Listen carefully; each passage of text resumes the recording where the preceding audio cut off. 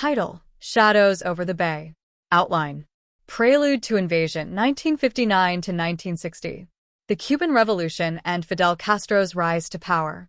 U.S. tensions with Cuba and the spread of communism. CIA recruitment and training of Cuban exiles.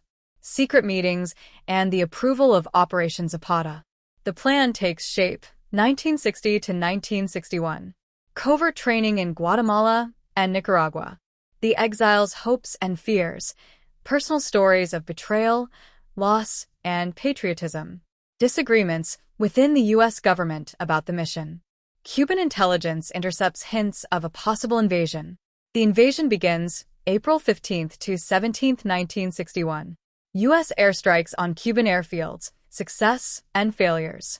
The landing at Playa Girón and Playa Larga. Fierce fighting. Cuban militias versus Brigade 2506. The invasion crumbles, lack of air support and supply failures. Defeat and capture, April 18 to 19, 1961. Last stand of the exiles, desperate battles in the swamps. Castro's forces overwhelm the invaders. Hundreds captured, executions, imprisonment, and interrogations. JFK's reaction and the political fallout in Washington. The aftermath and Cold War impact. U.S. humiliation and the strengthening of Castro's rule. The prisoner's fate, ransom negotiations, and release. The long-term effects on U.S.-Cuba relations. Seeds of the Cuban Missile Crisis. Prologue: The Shadows of War. April 17, 1961, Bay of Pigs, Cuba.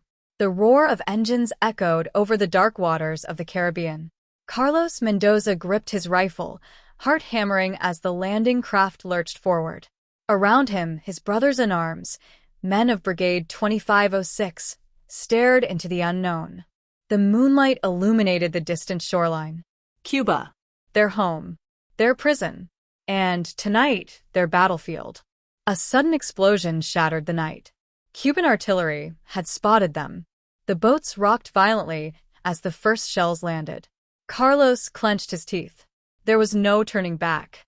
On the beach, Lieutenant Javier Ortega of the Cuban Revolutionary Armed Forces barked orders. He had expected an invasion, but not like this.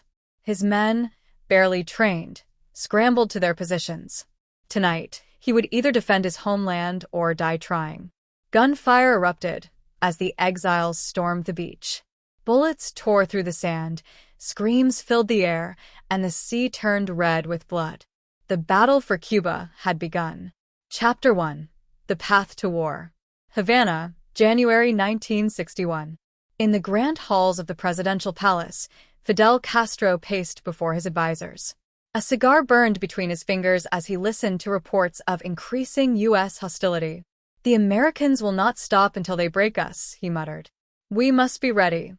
Meanwhile, in Miami, Antonio Valdez sat in a dimly lit CIA safe house. He had fled Cuba after the revolution, leaving behind his family. Now, he was preparing to take it back. "We train, we fight, and we return," he whispered, gripping his newly issued rifle. The world was on the brink of war, and neither side could afford to lose. Chapter 2: The Exile Army. Guatemala, February 1961. The jungle was thick with the scent of damp earth and sweat as Antonio and his fellow exiles trained under the watchful eyes of CIA instructors.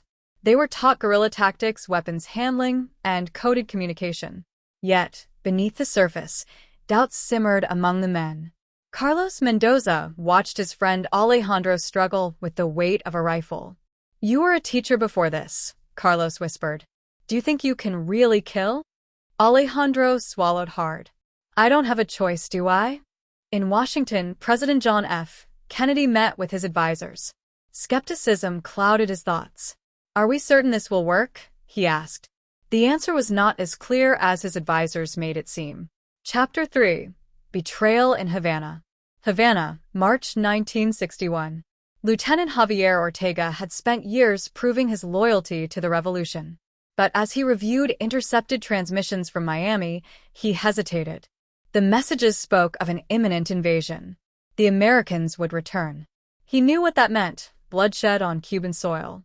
As he reported to Castro, the leader's face remained unreadable. "We will be ready," Castro said, exhaling a cloud of smoke. "And when they come, they will find nothing but death." What neither man knew was that a spy within their own ranks was leaking information to the CIA. This expansion builds on character development, espionage, and historical suspense. Let me know if you'd like more detailed battle sequences or political intrigue.